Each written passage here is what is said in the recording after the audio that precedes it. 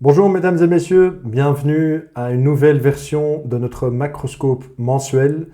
On est début juillet, on va regarder ce qui s'est passé lors du mois de juin. Et bien sûr, avant tout, je vous souhaite des excellentes vacances. Si vous avez l'opportunité d'en profiter un petit peu, faites bien sûr très attention à vous et à votre famille, avec bien sûr les incendies qu'il y a un petit peu partout à travers de l'Europe. Voilà, passons à travers de l'agenda, donc comme les dernières fois. D'abord, que s'est-il passé? Avec ensuite, avec ce qui s'est passé sur le marché, quelles sont les attentes? Qu'est-ce que nous, on attend pour les prochaines semaines, les prochains mois? Après, on va passer à revue une méga tendance, une thématique, un thème en particulier. On continue, on enchaîne avec Sous le radar. Ceux qui nous suivent sur les réseaux sociaux, ils vont déjà un petit peu connaître, donc les 5 de Two World. Et bien sûr, on termine avec Sous les projecteurs, une idée, une pensée, une thématique à nouveau sur laquelle on veut un petit peu réfléchir, prendre un petit peu de temps pour réfléchir avec vous. Sur ceci, que s'est-il passé sur les marchés? On a surnommé ce macroscope de juin un tournant pour le Mag 7, donc les Magnificent Seven aux États-Unis, les 7 magnifiques bien connus dans le monde de la tech, qui ont une croissance et bien sûr une valorisation boursière qui est énorme. Et aussi la recherche de l'équilibre, je pense que c'est un très bon début parce que c'est quelque chose qu'on va aborder d'abord, donc un tournant pour le Mag 7. Et aussi la recherche de l'équilibre qui va bien sûr se traiter à la fin avec sous les projecteurs. Mais d'abord, regardons sur les marchés. D'abord, pour ceux qui ont peut-être un petit peu moins suivi sur ce tableau, ils vont se dire, le mois de juin était globalement positif, avec bien sûr une année 2026 qui était également toujours très très positive, notamment dans les marchés émergents, mais également en Europe et aux États-Unis, avec bien sûr quelques exceptions. C'est vrai que si on creuse un petit peu plus loin, on va voir que par la suite, on va le découvrir ensemble, qu'il y a quand même eu une dynamique assez forte et qui changeait à travers du mois de juin. Alors, bien sûr, quand on regarde pour l'année 2026, un investisseur européen, donc ça veut dire qui investit en euros, va être plutôt content avec le rendement qu'il a connu avec les actions européennes à 10,75%, qui est toujours en retard vis-à-vis des actions mondiales américaines, mais il y a eu un rattrapage un peu de la sorte des actions européennes en juin, donc l'écart s'est diminué, mais bien sûr, les gagnants de cette année-ci sont les marchés émergents et bien sûr les actions japonaises. Quand on regarde de l'autre côté, en dehors des actions, les obligations souffrent toujours. Vous voyez ici des rendements positifs, mais c'est vrai que c'est purement grâce à la devise euro-dollar. Quand on regarde un investisseur dollar sur le marché obligataire globaux, il connaît un début d'année, en fait une demi-année assez compliquée avec des rendements négatifs. Et également négatif, c'est l'or, les matières premières, avec moins 6 et moins 4% lors du mois de juin. Ce qui n'est pas super grave pour les matières premières parce qu'on est toujours à plus 20,8%. Mais suite à bien sûr cette nouvelle correction pour l'or physique, on a tourné un petit peu quelque part la page et on se trouve en terrain négatif avec le rendement de moins 4,1% pour 2026. Ça a également eu un impact dans les changements de nos portefeuilles. Si vous avez suivi cette vidéo et lu le reporting, c'est quelque chose qu'on a pris en compte pour le changement trimestriel. Si vous avez des questions sur ce sujet, n'hésitez pas à les poser à Julien ou moi-même ou quelqu'un d'autre de l'équipe de Two World. Alors d'abord, prenons un petit peu de recul et cadrons un petit peu ce que je viens de vous dire et ce que vous voyez ici sur ce tableau. Alors d'abord, clairement, début d'année 2026, également deuxième trimestre, mais les marchés boursiers mondiaux ont connu une période extrêmement turbulente en juin. Bien que les trimestres écoulés aient été un des plus performants depuis des années, les bourses ont commencé à montrer leurs premières fissures sérieuses au cours du mois de juin, notamment dans l'aspect technologique, un domaine qu'on va visiter un peu plus en profondeur par la suite. Les investisseurs ont dû naviguer dans un véritable champ de mine, on pourrait se dire, entre vents contraires macroéconomiques, tensions géopolitiques croissantes et des banques centrales, bien sûr, refusant d'abaisser leurs taux d'intérêt. L'extrême domination du secteur technologique s'est maintenue, mais la volatilité a atteint des niveaux jamais observés depuis plusieurs mois.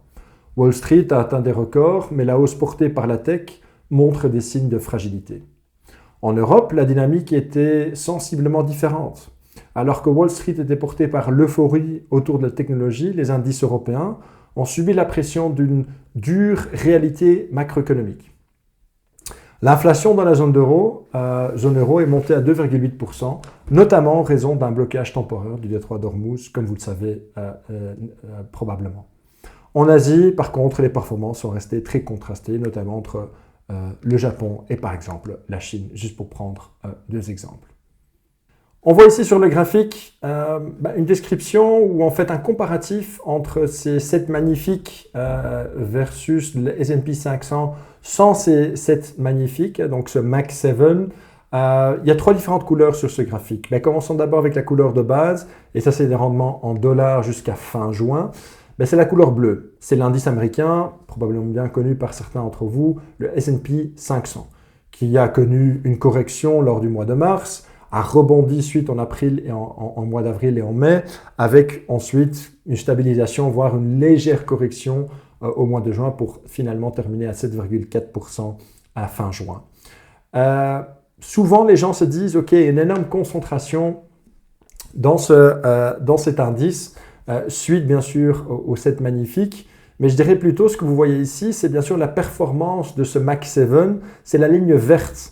Vous voyez qu'elle a plus corrigé que l'indice S&P 500, elle a moins fort rebondi, et après, surtout lors du mois de mai et de juin, elle a connu une correction beaucoup plus sévère. Ce qui fait que si vous avez détenu que les Mag 7 depuis le début de cette année-ci, vous auriez connu un rendement de moins 7% depuis le début de cette année-ci. Donc, la performance du S&P 500 n'est pas due que seulement à ces 7 magnifiques, mais je dirais c'est malgré les 7 magnifiques, elle a connu une forte performance. Et c'est ce que vous voyez sur la ligne rouge qui, en fait, sans ces 7 magnifiques, la performance du S&P 500 aurait été encore supérieure au niveau actuel, voire même à des niveaux de 13,7%. Donc, je dirais presque le double du S&P 500. Les bourses américaines ont commencé le mois de juin sur de nouveaux records historiques. Ça, il ne faut pas l'oublier. L'engouement persistant autour de l'intelligence artificielle a porté le S&P 500 et le Nasdaq, l'indice technologique, à des niveaux sans précédent. Soutenu par d'immenses investissements en capital dans les infrastructures liées à l'IA, les fabricants de puces et de matériel informatique tels que Nvidia et Dell Technologies. Ils ont d'abord continué à battre des records, mais en fait un autre fait marquant était l'introduction en bourse historique de SpaceX le 12 juin. Ça date de plus ou moins 4 semaines, on aurait presque oublié avec toutes les news qui sont venues par la suite, mais qui avec un montant de 86 milliards de dollars a constitué la plus grande IPO de l'histoire. Immédiatement suivi d'une émission secondaire d'actions d'Alphabet. Alphabet, c'est la maison mère au-dessus de Google, d'une valeur de 85 milliards de dollars. Vers la fin du mois, le sentiment du marché s'est toutefois retourné, entraînant d'importantes prises de bénéfices dans le secteur technologique. Les investisseurs sont devenus nerveux face à c'est ce qu'on appelle la SaaS-pocalypse, donc S-A-A-S, apocalypse comme apocalypse. C'est donc la crainte que des agents IA avancés viennent fragiliser le modèle économique traditionnel des entreprises établies de software as a service, donc le software même comme un service, comme un géant européen comme SAP, la boîte allemande, ou voire même un Wolters Kluwer, société anglo-hollandaise. Américaine-hollandaise, pardon. En outre, l'inflation sous-jacente américaine, mesurée par l'indice PCE, a augmenté pour le 3e mois consécutif pour atteindre 3,4%, ce qui a conduit les marchés à envisager de nouvelles hausses de taux par rapport de la Réserve fédérale, la Banque centrale américaine, au lieu des baisses tant attendues. La crise géopolitique a d'abord fortement poussé les prix de l'énergie à la hausse, ravivant les craintes de stagflation en Europe. Stagflation, c'est quoi? C'est une économie qui stagne, moins de croissance économique avec une inflation qui est plus élevée. En réaction directe, la Banque centrale européenne, la BCE, a relevé ses taux d'intérêt de 25 points de base, c'est 0,25%, lors de sa réunion du 11 juin. Cette politique de taux plus élevés pour plus longtemps a lourdement pesé sur les valeurs industrielles et les actions liées à la consommation. La baisse du prix du pétrole plus tard dans le mois, après de nouvelles encourageantes concernant un accord de paix entre les États-Unis et l'Iran, a toutefois permis un redressement. Les secteurs défensifs comme la santé, les services aux collectivités, notamment le groupe Belgelia, et les banques européennes ont servi de valeur refuge et ont permis au marché européen, au sens large, de faire preuve d'une relative résilience. L'indice japonais Nikkei a d'une part profité des avantages à l'exportation liés à un yen historiquement faible, tombé face au dollar à son plus bas niveau en 40 ans, à plus de 162 yens pour 1 dollar. D'autre part, cette faiblesse a ravivé les craintes d'une coûteuse inflation importée. C'est très simple, le yen s'affaiblit, ça devient plus avantageux pour les sociétés qui vont faire de l'exportation pour vendre leurs produits à l'étranger. Mais par contre, pour les Japonais qui veulent acheter des biens et des services à l'étranger, ça devient plus cher.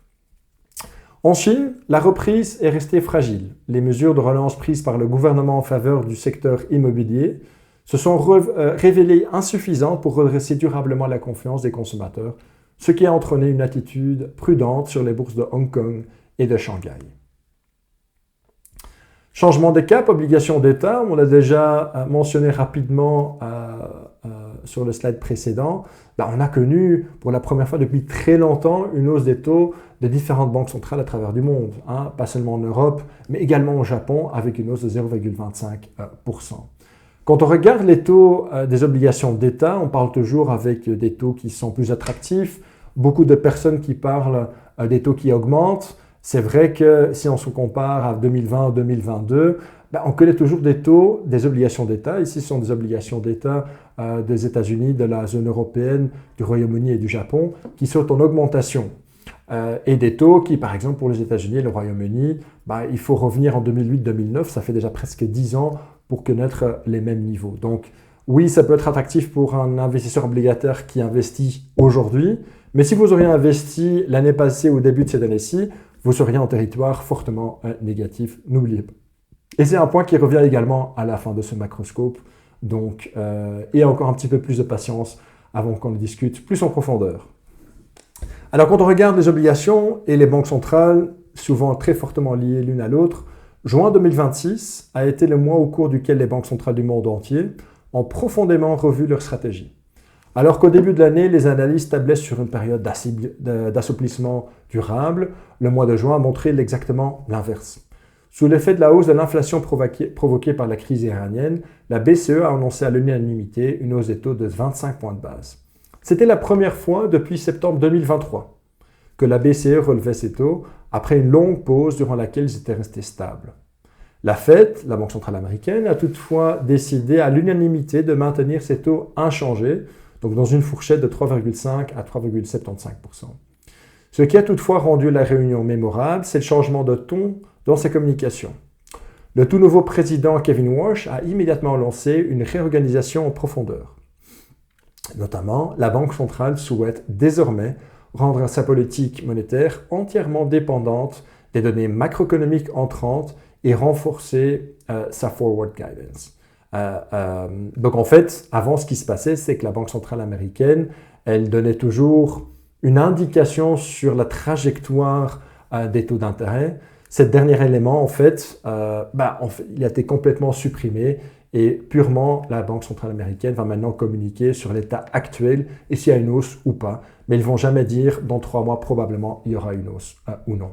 Donc ça, c'était quand même quelque chose qui est très contraire comparé avec Jerome Powell, l'ancien président de la Fed. En juin 2026, les obligations ont été marquées par une volatilité accrue et par l'incertitude géopolitique. Les investisseurs ont continué à osciller entre l'espoir des baisses des taux et la réalité d'une inflation sous-jacente persistante. Cette situation a provoqué d'importantes fluctuations sur le marché obligataire. Les taux à long terme, comme les rendements des obligations américaines et allemandes à 10 ans, ont affiché une tendance haussière. Les nouvelles tensions dans les chaînes d'approvisionnement et de la hausse des prix d'énergie ont ravivé les craintes inflationnistes. Aux États-Unis, le rendement des obligations à 10 ans a fluctué autour de 4,4%, tandis que le Bund allemand s'est rapproché du seuil de 2,6%. Cette évolution a exercé une pression sur les cours. Rappelez-vous, chers auditeurs, que quand les taux d'une obligation, les taux directeurs augmentent, vous connaîtrez un rendement négatif avec les obligations existantes dans votre portefeuille. Inversement, les taux descendent, les prix des obligations montent. Bien que les chiffres de l'inflation soient restés dans la zone cible, la BCE a indiqué qu'elle n'était pas pressée de procéder à des baisses des taux agressives. inversement même. Ce sentiment de taux plus élevé pour plus longtemps a rendu les titres de dette à court terme particulièrement attractifs. Les investisseurs ont privilégié des échéances plus courtes afin de se protéger contre des nouvelles hausses de taux, tout en bénéficiant de rendements de taux attractifs. Le marché des obligations d'entreprise de qualité, investment grade, est resté relativement stable. Les obligations à faible qualité, le high yield, ont en revanche affiché une plus grande dispersion des performances, signe d'une aversion au risque croissante. Alors, on a passé en revue le marché du mois de juin et un petit peu le dernier trimestre, mais qu'est-ce que ça signifie pour vous en tant qu'investisseur? Regardons d'abord, bien sûr, le sentiment des investisseurs. On l'a mentionné déjà à plusieurs reprises. Est-ce qu'il y a beaucoup de peur sur le marché? Est-ce qu'il y a beaucoup d'euphorie? Mais on se trouve dans un point neutre et je dirais c'est quelque part la première fois sur les 6 derniers mois où on se trouve sur ce point neutre ou sinon il y avait de la peur, voire même de la peur extrême, ou voire de l'euphorie ou de l'euphorie extrême sur les marchés. Et les investisseurs quand même, ils se redressent, ils ont un petit peu moins de peur qu'il y a une semaine ou un mois et on se trouve très légèrement dans une zone qui est en fait neutre. Donc pas beaucoup de changements sur ce point-là de côté sentiment d'investisseur. J'ai préparé pour vous quelques graphiques concernant l'inflation, les taux directeurs. On l'a mentionné à plusieurs reprises, mais je vais vous montrer clairement, je vais aller une étape plus loin et vous montrer en fait d'où ça vient et à quoi est-ce qu'on peut s'attendre. Vous voyez sur ce graphique, il y a des pressions inflationnistes qui sont en fait mondiales. Ce n'est pas seulement en Europe, ce n'est pas seulement en Asie, c'est également le cas aux États-Unis, avec bien sûr des dynamiques qui sont clairement différentes. Sur le côté gauche, vous allez voir en fait le PMI, c'est un petit peu l'indice des directeurs d'achat des fabriques. Et ici, on a chaque fois comparé 3 régions, les États-Unis, la zone européenne et le Royaume-Uni, sur le matériel, les matières premières quelque part qu'ils doivent acheter, par exemple dans leur usine, pour créer quelque chose.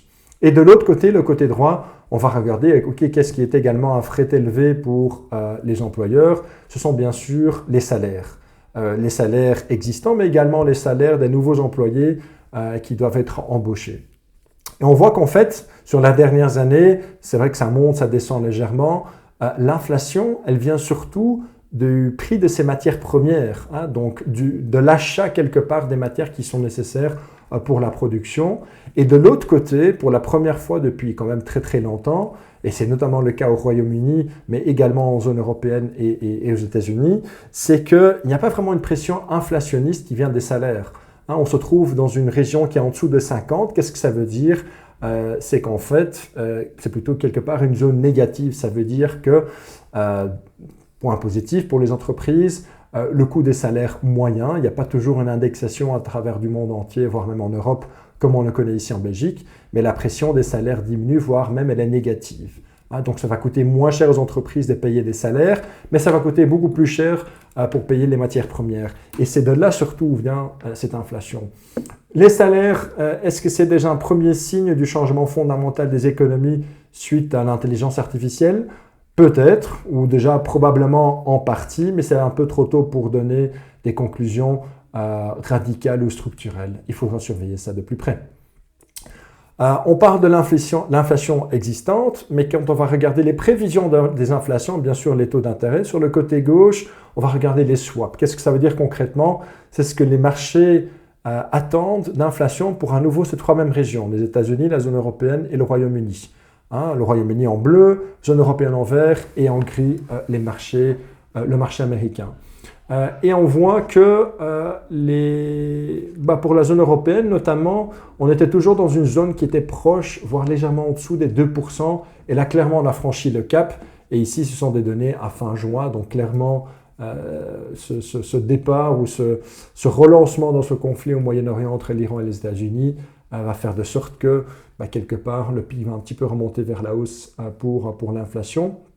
Mais donc, en fait, ça s'atteint à une inflation qui est plus élevée. Elle le sera probablement pour plus longtemps pour l'Europe, pour les États-Unis, mais aussi pour le Royaume-Uni, où là, clairement, on a une inflation qui a dépassé ou qui risque de dépasser les 4%. Du côté droit, c'est clairement quelque chose auquel les banques centrales s'attendent. Mais je trouve que c'est quand même colossal la différence entre les attentes qu'il y avait au début de cette année-ci, il y a 6 mois, et au jour d'aujourd'hui.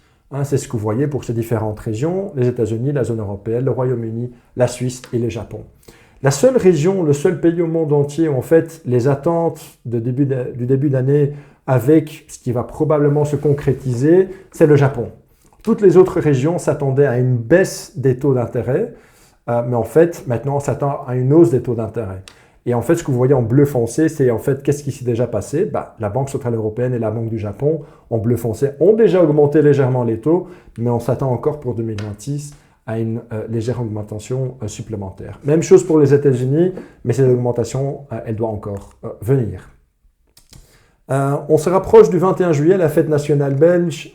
Et pourquoi est-ce que je le mentionne? Parce qu'on a également une pression fiscale sur le budget dans notre pays. Pas seulement dans notre pays.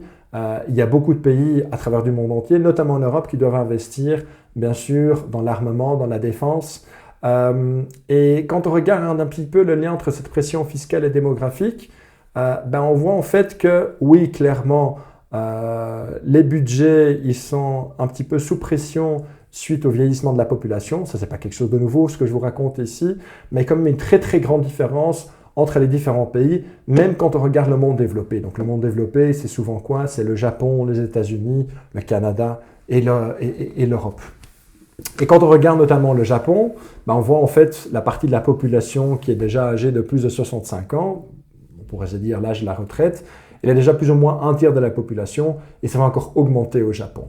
Il y aura des fortes augmentations notamment en Italie et en Espagne, donc proche de chez nous, mais aussi en France, en Allemagne, au Royaume-Uni.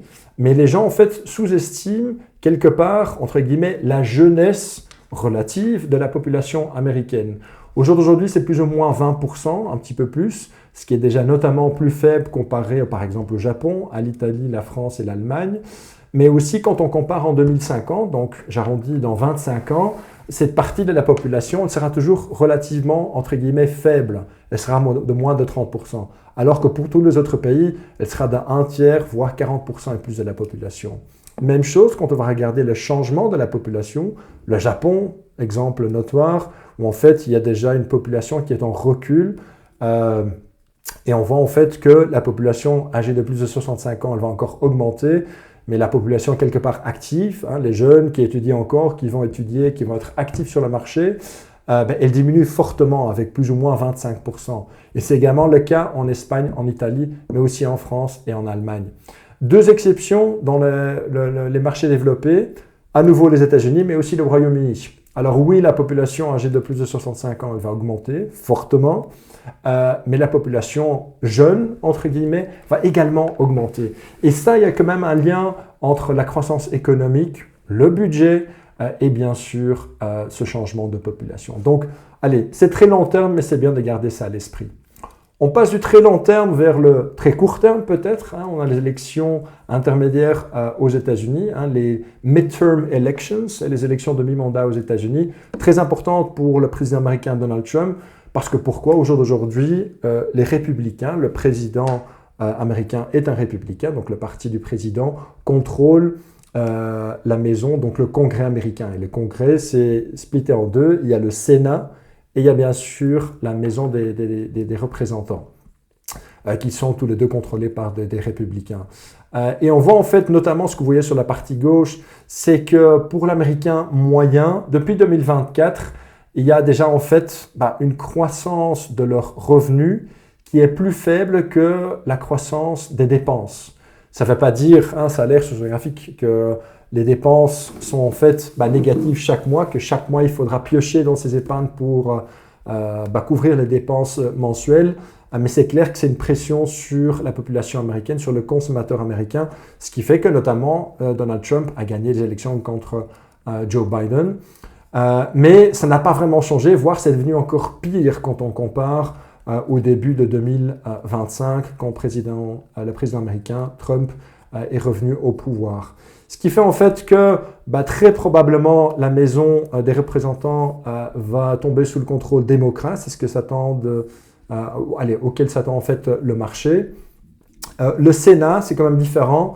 La Maison des représentants, elle est beaucoup plus liée à la population actuelle, donc des États comme la Floride, la Californie, mais également le Texas, où il y a une grande population, en plus de représentants. Le Sénat, c'est très différent. Il y a 50 États américains, 2 représentants par État, donc 100 sénateurs au total. Et là, il n'y a qu'une partie du Sénat qui doit être réélue, donc le contrôle est beaucoup plus fort de ce parti américain sur ce Sénat. Donc ça veut dire que le Congrès sera un petit peu divisé, ce qui rendra pour le président américain Donald Trump la force de pouvoir mettre en œuvre, en action et en régulation, législation, certaines initiatives beaucoup plus difficiles. Donc voilà, ça c'est clairement quelque chose que le marché supervise de très proche. On a passé à revue les marchés. Quel impact est-ce que ça peut avoir sur le court et moyen terme? Mais regardons peut-être le très long terme et on va revoir une méga tendance, une thématique. Et on va en fait regarder le secteur des semi-conducteurs, donc le secteur des puces, les puces électroniques. Et vous voyez ici un graphique en fait qui va donner une indication sur une ratio, donc cours et bénéfices de la société. Donc en fait, on va diviser le cours actuel de la société avec les bénéfices attendus pour les 12 mois prochains. Et en fait, ça va donner un chiffre. Et ce chiffre, il oscille, ce que vous voyez ici, en niveau aux alentours de 17-18 historiquement sur les 20-30 dernières années. Et c'est là, en fait, qu'on va un petit peu approfondir cette analyse. Parce que c'est vrai que le secteur des semi-conducteurs connaît l'un des plus puissants rallyes boursiers de son histoire. Les actions des fabricants, concepteurs et fournisseurs ont bondi, portés par une demande insatiable en puissance de calcul pour l'intelligence artificielle, le cloud, la défense, l'automobile et l'électronique. Donc ce n'est pas simplement l'IA qui va porter en fait en hausse ce secteur, ça vient de tous les côtés. Et ces tendances structurelles soutiennent une croissance robuste, mais ont propulsé les valorisations à des niveaux exceptionnels. Les producteurs de GPU, donc avancés, et d'accélérateurs de l'IA, se négocient à des cours bien supérieurs à leur moyenne historique. Alors que le secteur s'échangeait traditionnellement autour de 15 à 18 fois, donc la ratio dont je viens de parler, des bénéfices attendus, les leaders affichent aujourd'hui des multiples de 30, voire même 40 fois. Et donc, également, les ratios cours-chiffre d'affaires ont également bondi, ce que signe que les investisseurs payent très cher chaque euro de revenus futurs. Et la logique sous-jacente, elle est très claire. L'IA n'en est que à ses débuts et les investissements des géants de la tech dans les centres de données atteignent toujours des records. De plus, des programmes publics aux États-Unis, en Europe et en Asie financent la construction de nouvelles usines. Cette combinaison alimente la conviction que la croissance des bénéfices restera supérieure à la moyenne ces prochaines années. Cette valorisation soulève toutefois des questions. D'abord, le secteur reste cyclique. Les pénuries et prix élevés précèdent historiquement des phases de surcapacité et de pression sur les marges. Ensuite, les tensions géopolitiques, les restrictions à l'exportation et les ruptures technologiques peuvent perturber les bénéfices. C'est très clair. Les gagnants d'aujourd'hui ne sont pas nécessairement les gagnants de demain. C'est quelque chose qu'on a toujours vu historiquement. Pour les investisseurs, il est essentiel de distinguer les gagnants structurels des simples suiveurs. Les entreprises dotées d'une avance technologique, d'économies d'échelle, de barrières à l'entrée élevées et d'un bilan solide justifient selon nous mieux leur prix. Par ailleurs, se diversifier sur l'ensemble de la chaîne des valeurs, des concepteurs aux équipementiers, permet d'atténuer les risques. La plupart des stratégistes de Wall Street restent positifs. Les puces IA et les centres de données devraient porter le marché au moins jusqu'en 2030 avec une croissance annuelle à 2 chiffres. Le secteur restant cyclique, des corrections intermédiaires sont possibles. Il convient de privilégier les GPU de qualité ainsi que les puces de réseau et mémoire avancées. Tandis que, selon nous, les avis ils sont beaucoup plus partagés sur les puces automobiles classiques et analogiques. Enfin, malgré la hausse phénoménale des cours, soyons bien d'accord, la valorisation du marché américain est récemment retombée à 20 fois les bénéfices portés par une croissance spectaculaire des profits.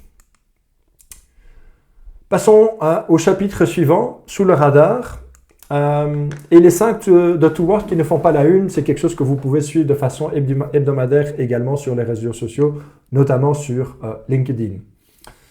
Les hausses des taux, on en a déjà parlé, mais en fait, de plus en plus de banques centrales dans le monde relèvent leurs taux, notamment en Indonésie, en Afrique du Sud, à Singapour, en Norvège, en Australie et aux Philippines. L'inflation reste également là, supérieure aux objectifs de long terme. 2. Ralentissement économique. La Banque mondiale prévoit une croissance économique de seulement 2,5% en 2026, soit le rythme le plus lent depuis 2020. La FMI, par contre, le Fonds monétaire international, se montre légèrement plus optimiste, avec une croissance de 3,3%. Les deux institutions estiment que le PIB progressera plus de 2 fois plus vite aux États-Unis qu'en Europe, malheureusement pour nous, Européens. Troisièmement, explosion des bénéfices. Les analystes américains tablent toujours sur une croissance des bénéfices de plus de 20% au cours des 12 prochains mois. Le secteur affichant la plus forte progression est celui des services de communication, avec plus 32,4%, suivi des biens de consommation cyclique et de la technologie, avec plus 26,5%. Quatrièmement, coup de soleil. En mai, 12,8% de la production totale d'électricité aux États-Unis provenait de l'énergie solaire, contre 12,2% pour le charbon par exemple. Il s'agit d'un jalon historique. Le solaire est désormais la 3e source d'électricité du pays. Donc également dans une zone, une région qui n'est pas la plus, ou reconnue pour être la plus durable du monde entier, certainement comparée à l'Europe. On voit notamment des évolutions très très importantes, également pour l'énergie renouvelable. Cinquièmement, le pétrole de retour à $50 le baril. Ce n'est pas les niveaux actuels, mais certaines voix estiment que les prix du pétrole pourraient baisser plus rapidement et fortement que prévu.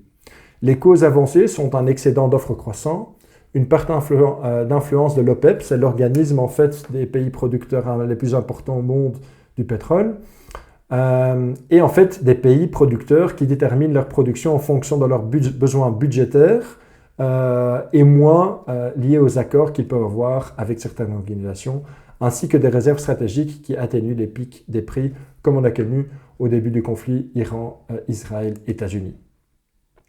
Alors passons au suivant, sur les projecteurs. Est-ce que les portefeuilles traditionnels sont dépassés? C'est une question, je pense, quand même pertinente, peut-être un petit peu lourde, mais il faut se la poser. Et ce que vous regardez ici sur ce graphique, c'est qu'il faut repenser quelque part l'équilibre. Nous traversons une période de transformation économique marquée par des méga-tendances, ça veut dire des tendances économiques qui jouent sur le très long terme. On sait que pour les 20, 30, 40, 50 prochaines années, elles vont avoir un impact majeur. Et donc ces trois, selon nous, les plus importants sont l'intelligence artificielle, la fragmentation géopolitique, ça veut dire qu'au lieu d'avoir un grand monde global qui va avoir du commerce entre les différentes régions, c'est qu'il va y avoir plusieurs régions qui vont se recentrer autour l'une de l'autre. Il y aura plus de friction entre ces différentes régions, c'est clair, pour l'avenir qu'il y avait historiquement. Et troisième, bien sûr, cette transition énergétique dont je parlais également tout à l'heure. Alors, ces forces ont le potentiel de remodeler l'économie en profondeur. En fait, le problème, c'est le suivant, c'est que l'ampleur et l'orientation de leurs effets à long terme, ils restent extrêmement incertains. Il faut être honnête avec ces données. Les gains de la productivité de l'IA, ils pourraient par exemple briser le taux de croissance historique de 2% aux États-Unis, tandis qu'une poursuite des tensions géopolitiques risque de freiner l'économie mondiale. Donc, cette transformation intervient de surcroît dans un contexte de discipline budgétaire affaiblie et d'anticipation d'inflation instable. Donc, on ne peut plus s'appuyer sur quelque part des repères, un ancrage macroéconomique classique, connu, ni sur des tendances ou conditions stables. Donc, ce que vous voyez sur ces trois graphiques, c'est que les trajectoires peuvent être radicalement différentes. Donc, rendant quelque part l'idée d'un scénario moyen, totalement dénué et de sens pour la gestion de portefeuille. Il devient donc indispensable, selon nous, d'adapter notre portefeuille et l'approche sur un horizon stratégique de 5 voire 10 ans et de remettre en question de façon fréquente les principales traditionnelles philosophies de construction de portefeuille. Et notamment, chez Toward, ça fait déjà assez longtemps qu'on remet en question le rôle des obligations dans le portefeuille. Pour faire très simple, historiquement, c'était le cas jusqu'à assez très peu, les obligations, c'était la partie défensive du portefeuille. Et ça veut dire quoi? Que quand les marchés actions ont corrigé ou quand il y avait quelque part une turbulence sur les marchés, ben les obligations tenaient quelque part debout le portefeuille et aidaient le portefeuille à moins corriger. Qu'est-ce qu'on voit avec également les hausses de taux qu'on a discuté aujourd'hui? C'est que quand les marchés actions corrigent, parfois les obligations corrigent de la même façon. Et donc, quelque part, l'équilibre dans le portefeuille, il est où? Il est un petit peu perdu. Donc ça, il faut remettre en question. Et donc, ce classique, quelque part, 60-40, 60 actions, 40 obligations, moi, personnellement, et nous, chez Towort, on est moins convaincus que ce sera la solution magique et statique qu'on pourra encore garder pour la décennie ou voire la décennie à suivre. Donc, conserver une allocation rigide revient désormais à prendre quelque part un pari implicite et peut-être même risqué sur la manière dont les transformations vont se déployer. Alors c'est clair, ça a un impact pas seulement sur les marchés traditionnels, quelque part liquides, actions, obligations, liquidités, mais également sur ces marchés privés. Pensez au private equity, au crédit privé, l'infrastructure. Ces méga tendances, il faut quelque part briser entre guillemets le portefeuille traditionnel et se dire comment est-ce que je veux au mieux capturer une certaine méga tendance. La force et la direction est un petit peu imprévisible, mais il faut avoir suffisamment de diversification dans le portefeuille et repenser également, se dire ok, ben voilà, si je veux jouer sur l'IA, c'est pas simplement avec Nvidia ou la chaîne de valeur des puces des semi-conducteurs. Non, c'est potentiellement également via l'infrastructure, et ça c'est quelque chose qui est plutôt dans les marchés privés, quelque chose qui n'est pas coté ou moins coté en bourse. Alors, cette obligation, elle n'est pas une obligation, mais cette réflexion de réévaluer constamment les positions dans votre portefeuille, elle pourrait peut-être décourager. Mais en fait, il faut se méfier de l'attrait trompeur, des approches un petit peu plus simplistes qui favorisent peut-être l'inertie. L'absence d'un portefeuille de long terme, entre guillemets, facile, ne doit pas pousser les investisseurs à fuir quelque part le risque ou se réfugier dans la liquidité. Soyons bien clairs, un portefeuille, même simple, reste préférable à ne rien faire. Mais la barre de ce moment-là, elle reste très basse. Donc les transformations, selon nous, actuelles, offrent également des immenses opportunités d'investissement que les approches peut-être traditionnelles ont plus de mal à capturer. Et donc, le véritable risque serait de passer peut-être à côté par pure passivité. Et donc, je mentionne la passivité parce que c'est vrai qu'il y a une tendance sur le marché d'utiliser en plus de la gestion passive avec notamment des ETF, des trackers, des fonds indiciés dans les portefeuilles. On l'utilise également chez nous parce que c'est efficace, c'est bon marché et c'est performant.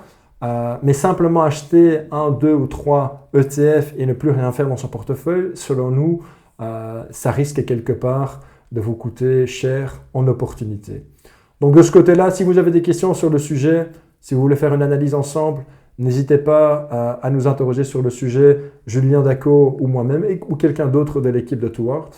Je vous souhaite un excellent été, des très bonnes vacances pour ceux qui peuvent en profiter et bien sûr, à bientôt, à la prochaine fois. Au revoir.